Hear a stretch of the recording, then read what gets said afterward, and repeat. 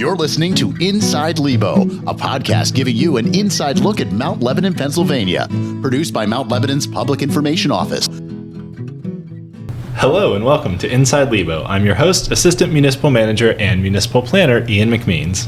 And I'm Mount Lebanon's Assistant Public Information Officer and the Senior Editor of Mount Lebanon Magazine, Rachel Windsor. In today's episode, we're discussing an exciting new chapter for Mount Lebanon Public Library, its designation as a book sanctuary. And so we're talking about what this means for the library and the community. Joining us to share more is Robyn Vittek, Director of Mount Lebanon Public Library. Thank you so much for being here. Thank you for inviting me. I'm super excited. This is my very first podcast ever. So Robyn, let's start with some of the basics. A few weeks ago, you gave a presentation to the Commission in their discussion session, and if people want to go online to our YouTube channel and watch that video, they can get some more information. But for those listening to the show today, what exactly is a book sanctuary? Yeah, so we actually made a public announcement yesterday, and it's on the library's Facebook page as well, so you can watch that video. And we have information on the website, which I'll talk about later. But essentially, a book sanctuary is a place or a concept, really. It doesn't even have to be a physical place where books and ideas are protected from censorship. In 2022, the Chicago Public Library declared itself a book sanctuary, followed by the city of Chicago. So they kind of started a movement that has gone not just nationwide, but some of the libraries in Canada as well have adopted the book sanctuary movement. We are the first public library in Pennsylvania to do so, so that's really exciting. But it really is just about speaking up for intellectual freedom. Great, that's super interesting. Tell us a little bit more about how a library actually becomes a book sanctuary. So it's not like a formal process. It's not a, like an established organization or anything, but all you really have to do is say that you're a book sanctuary. And you don't need to be a public library to do so. Like any one of you, I know you and your kids have thousands of books in your house. Half of them belong to the library. Yes. But you could declare the McMeans house a book sanctuary, and that just means that you protect intellectual freedom. So for the public library, we started researching this several months ago, almost maybe more than a year ago, just the concept and what it really means to us. And after the board was satisfied that this is something that we believed in and wanted to do, they passed a resolution at our February board meeting, which you can find on our website if you want to read in its entirety, that declares that the library is a book sanctuary. So that's really all you need to do. Great, that makes sense. When did Mount Lebanon Public Library publicly declare itself as a book sanctuary, and what did that timeline look like?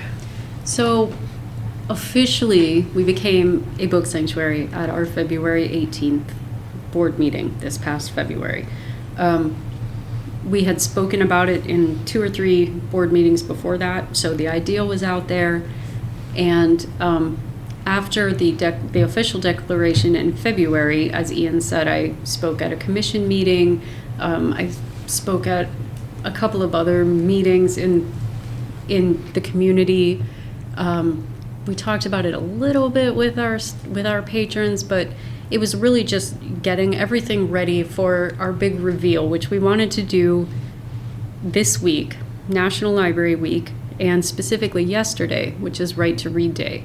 And Right to Read Day is a national day of action that encourages everyone to take concrete steps to fight back against censorship and to protect and celebrate the right to read freely. So that's absolutely perfect for what we were trying to do. And that was really the point we wanted to make with this, was that we are celebrating our library's services and our dedication and commitment to intellectual freedom, patron privacy, banning, not banning books and that kind of thing.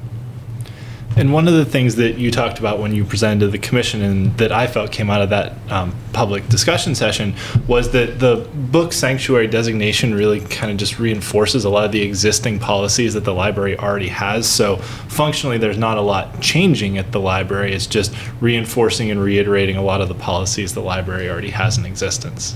Absolutely. Basically, this is a declaration that nothing is changing at the library. We felt that it was important to make this declaration because as we were learning more about it and really looking into it, and what does it really mean? What are we really saying? Because we don't want to do this if it's something that's not really in line with our mission and our library's ideas for what a library should be. And we realized it's really just going back to the absolute basics of library service.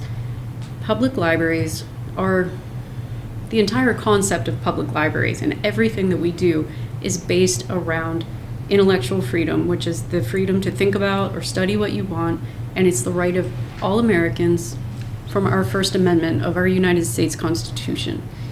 That's the entire reason that we have libraries, to allow people access to information so that they can become the person they want to be and access the information that they need.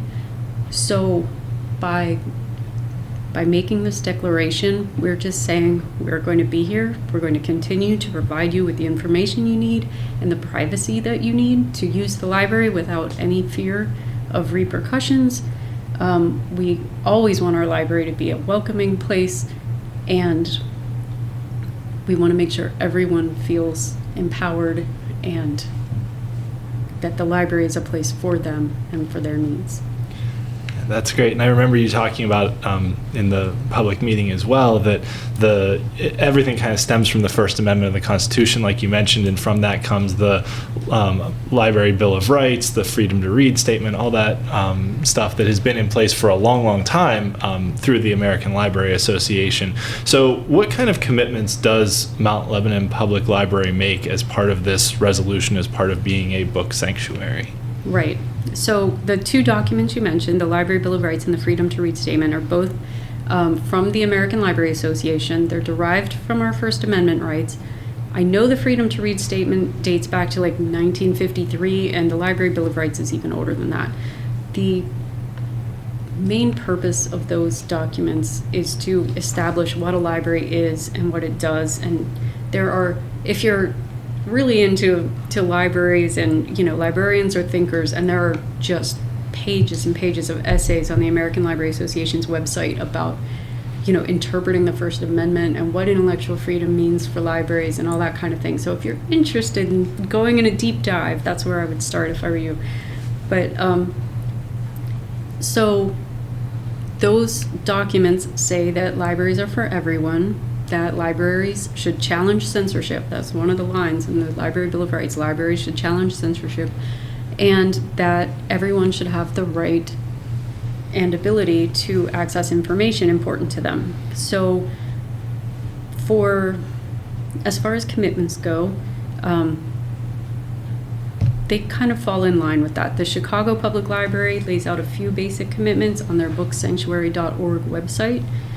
It states that book sanctuary owners should do things like collect and protect endangered books, make those books broadly accessible, host book talks and events that spark conversations about diverse characters and stories, and educate others on the history of book banning and book burning. So our library and most libraries already do things like this.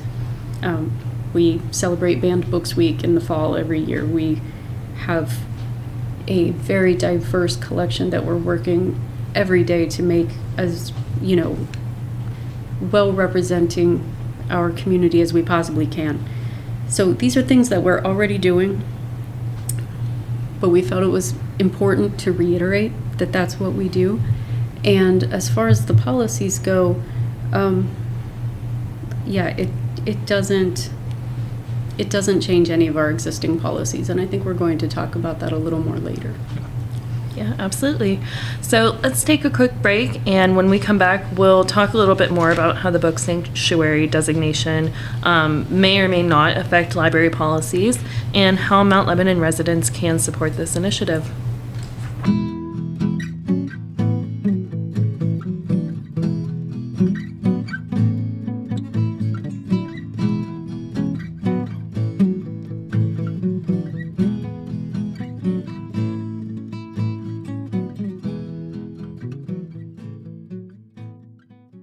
Welcome back to Inside Lebo. We're here talking with Robyn Vittek, Director of Mount Lebanon Public Library, about the library's new status as a book sanctuary.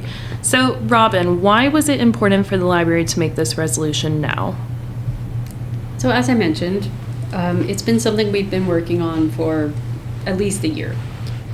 We wanted to stand up and be counted with the libraries who are making a proactive statement against censorship, and to reaffirm our commitment to serve our patrons the way we've always done. It's important to do this now, and the Chicago Public Library began this initiative because of the number of book challenges that have exponentially increased across the United States, not only in school libraries, but in public libraries. It's changed from individuals challenging books on their library shelves that they disagree with, to organized groups disseminating lists of books that don't meet their criteria for what anyone should read, essentially.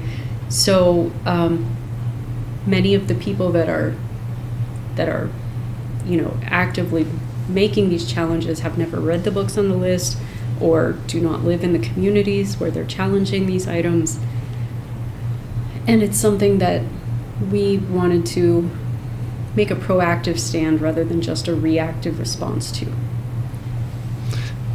That makes sense. And you also mentioned in the first half of the show some discussion about intellectual freedom. So why is that so important and vital?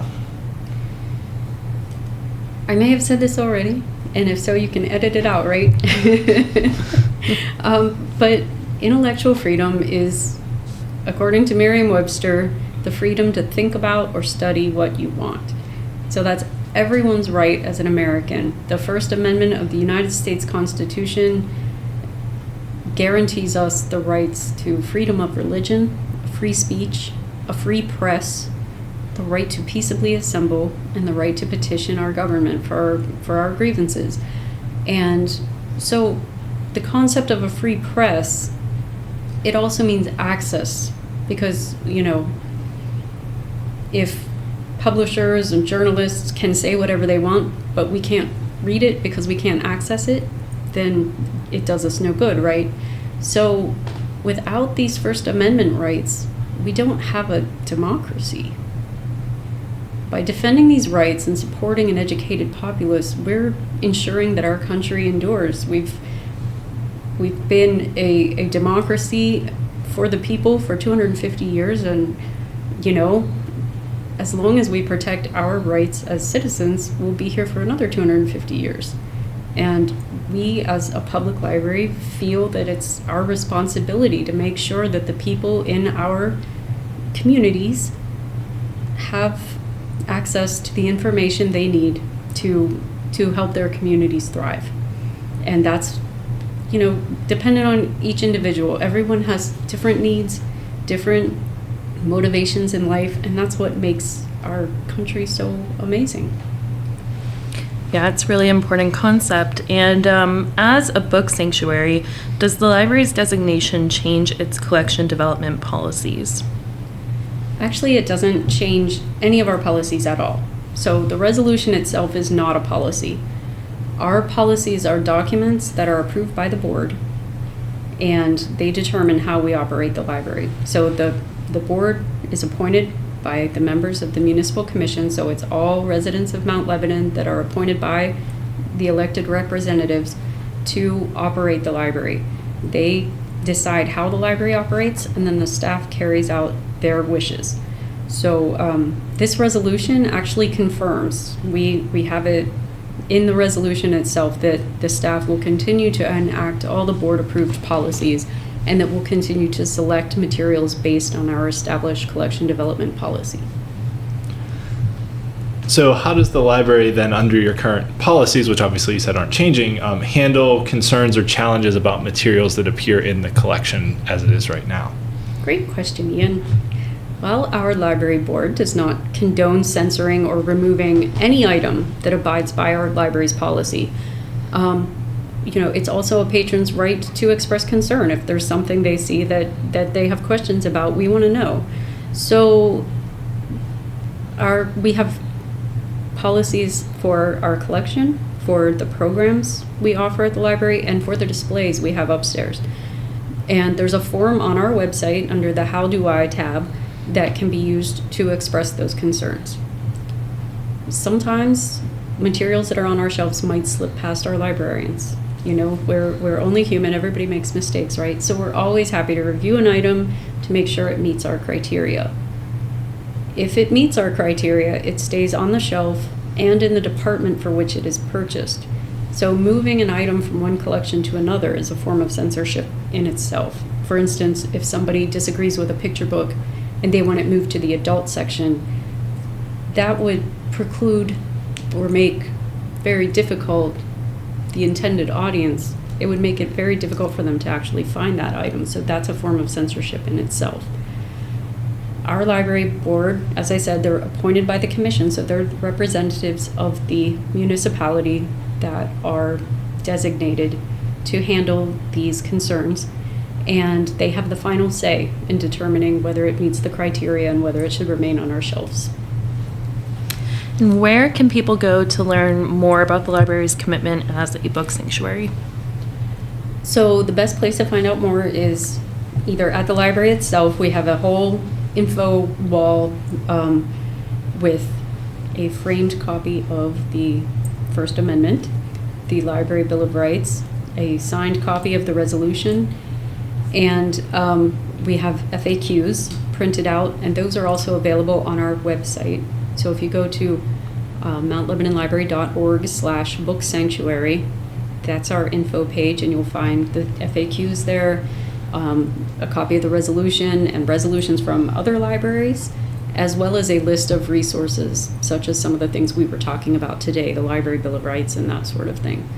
I did want to mention that we also have, if you're excited about this idea and want to help support the library, we have badges and t-shirts, stickers, bumper stickers. So those are all available at the library, and all the proceeds from those go back into the library to make it even better.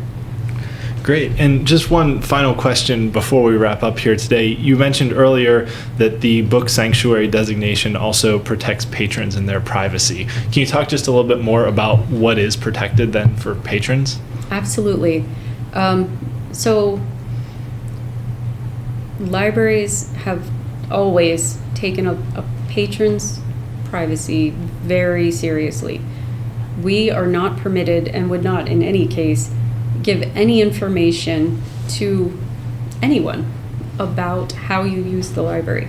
So for example, if the Mount Lebanon Police are wanting to learn more about someone in our community and they ask us, what's on this patron's record? What books are they checking out? What have they been looking at on the website? We are not able to and will never reveal that information without a court order. It is very serious, and we take it incredibly seriously.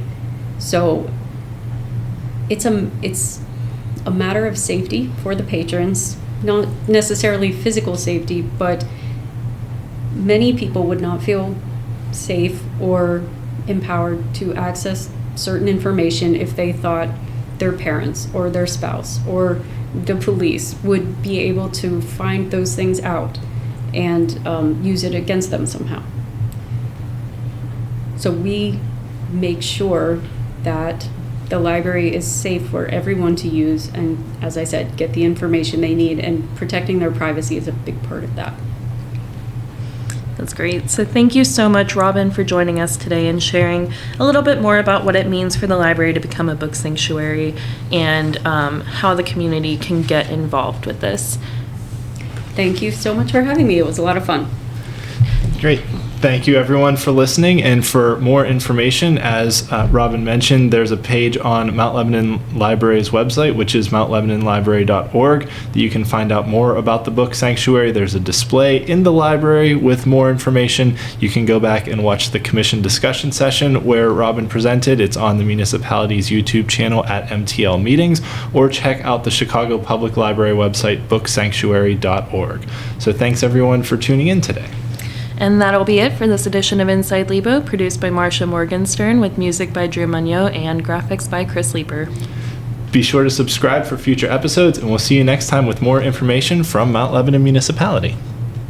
Thanks for listening to Inside Lebo, produced by Mount Lebanon's Public Information Office. Learn more about all things Lebo at mountlebanon.org or by following our Facebook, Twitter, and Instagram pages.